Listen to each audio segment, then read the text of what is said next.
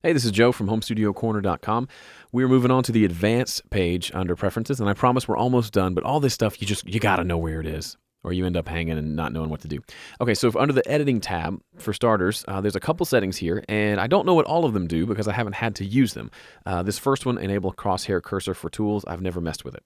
Locate when clicked in empty space is awesome. I think it defaults to being off when you first get Studio One.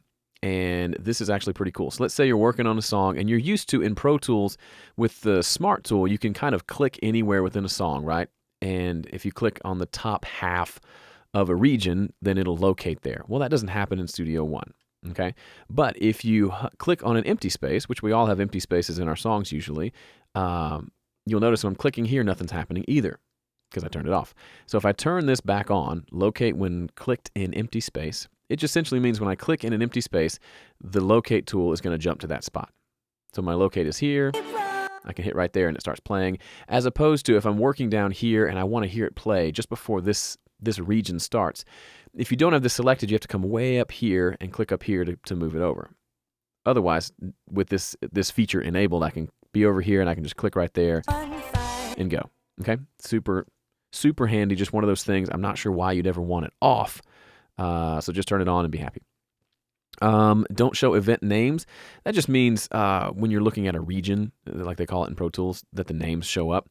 It can be, when you start doing lots of edits, it can be kind of annoying to have the name of each track in there. So I tend to leave those off just to make it look a little cleaner. As you can see now, there's no event names at the top of each region. So that's your preference. Go with your heart on that one. Draw events translucent, which means the grid shines through. Let me show you what that looks like. I tend to want the grid to shine through my events. Let me apply this, turn it off for a second. The audio tends to be a lot brighter, right? We have a lot more color options, which, I'm actually, as I'm looking at it, I really do like that.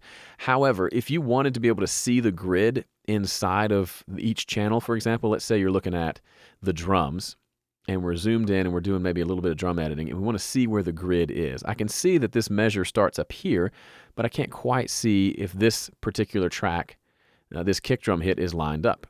I think it is, but I can't really tell. So I want the grid lines to shine through, which is something that Pro Tools has done, so it's included here as well. So by turning this on and applying it, it makes all the regions a little darker, a little more translucent, but now you can see, if I zoom in, you can see the grid line is actually shining through. So I can literally see the grid right next to my audio and line things up. Super duper handy.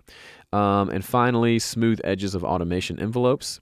That's basically if you do an automation, like use your fader port to ride a vocal, it won't do a million little volume points of automation. It'll just do a few and kind of get the basic gist of what you did.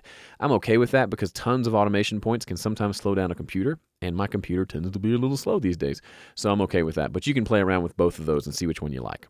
But that's everything under editing. I have everything enabled because I'm that feature happy. But do what you want, play around with them, but that's what all of those do. Thanks. See you in the next video.